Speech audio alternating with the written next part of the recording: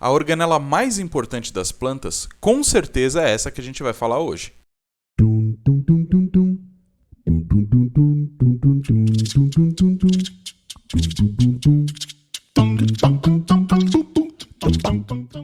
Bem-vindo, alunos e curiosos de plantão. Meu nome é Tarek e hoje nós vamos falar sobre os plastos. Nas plantas temos várias outras organelas diferentes das células animais, como a parede celular, os vacúolos, o glioxissomos e vários outros.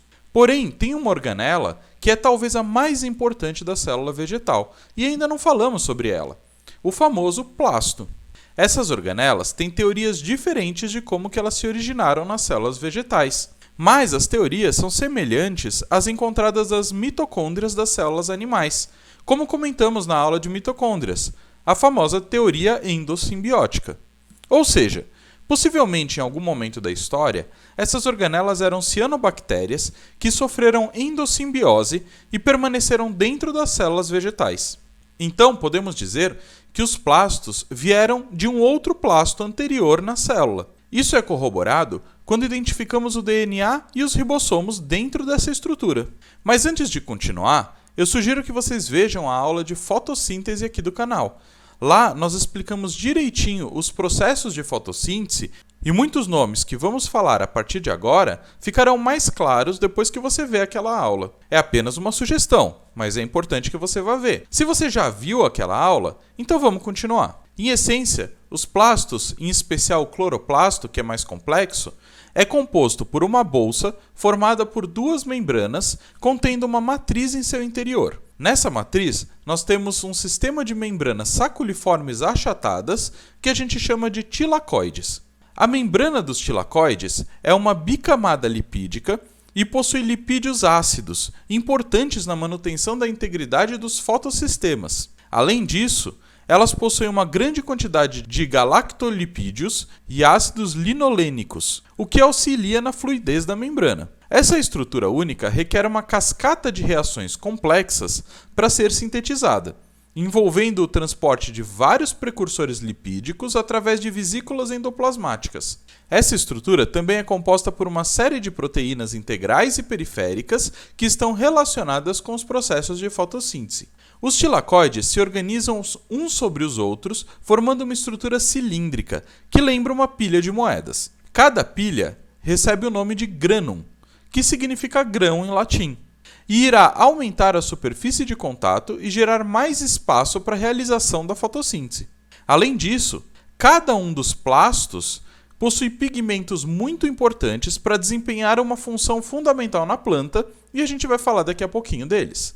O importante é que, dependendo do pigmento encontrado no plasto, ele irá modificar a sua função e terá um nome diferente. Então não é só o cloroplasto que existem vários tipos de plasto e a gente vai falar um pouquinho de cada um deles. Começando por um chamado proplastídeo, que são plastos indiferenciados e à medida que ocorre a diferenciação celular, ele também vai se modificar. Ou seja, eles são uma espécie de plasto coringa, que vai se tornar um outro tipo de plasto no futuro. Temos também os leucoplastos, que são plastos sem pigmento e podem armazenar várias substâncias e, dependendo da substância que ele está armazenando, ele vai ter uma denominação diferente, como os amiloplastos sendo para amidos, os proteinoplastos para proteínas e por aí vai. Temos também o etioplasto, que são cloroplastos que não tiveram a exposição à luz, então eles não estão ativos, mas eles podem ser convertidos para cloroplastos caso eles sintetizem clorofila.